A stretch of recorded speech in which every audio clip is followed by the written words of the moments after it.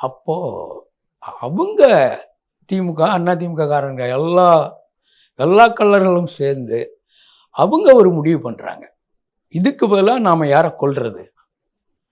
அப்போ அவங்க தேர்ந்தெடுத்தது திருமாவை.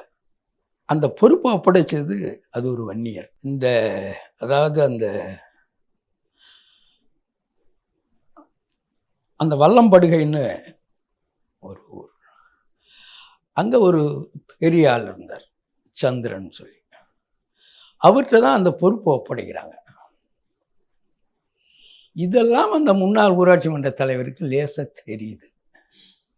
அப்போ அவர் தான் காடுவெட்டியார்ட்ட சொல்கிறார், இதே போல் திருமாவை கொல்றதுக்கான முயற்சியில் ஈடுபடுறாங்க அப்படின்னு சொல்லிட்டு. அந்த வல்லம்படுகையினுடைய அந்த சந்திரனுடைய ஆட்களும் சிறையில் இருக்காங்க. அப்போது நம்ம ஊர், அதாவது என் கூட இருந்த தோழர் ஒருத்தர் அறிவழகன்னு சொல்லி, காலையில் இந்த இதெல்லாம் அடைப்பெல்லாம் திறந்த உடனே ஒரு தம்பி வந்து கூப்பிட்றான். அறிவழகன் யாருங்க, தலைவர் கூப்பிட்டு சொல்கிறாரு. அப்போ அவன் என்னன்னுங்கிறான், இதாவது செய்தி இல்லாமல் சும்மா கூட மாட்டார், போயிட்டு வா, போய் என்ன போயிட்டு வா. அப்போது அவ போகிறான், அவன்கிட்ட செய்தி சொல்கிறான், இப்படி ஒரு செய்தி நடந்ததா ஒரு தகவல் இருக்குது, இந்த தகவல் உண்மையான்னு சொல்லி அந்த சந்திர நாட்கள்கிட்ட போய் விசாரிச்சுட்டு வா அப்படின்னு சொல்கிறார்.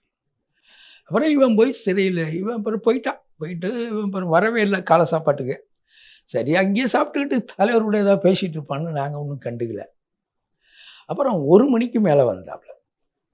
ஏன்னா இவ்வளோ நேரம் என்ன பண்ணேன், ஏன் இவ்வளோ இது பண்ணேன். அப்போ தான் அவன் சொல்கிறான், அண்ணன் வந்து திருமாவை வந்து கொல்றதுக்கான ஒரு திட்டமிடல் நடந்துக்கிட்டு இருக்கு, அதுதான் வந்து காடுவெட்டியார் சொல்லி போய் நான் ஏரியிலலாம் விசாரித்தேன், அது உண்மைங்கிறது உறுதியாயிட்டது அப்படின்னு சொன்னாப்புல.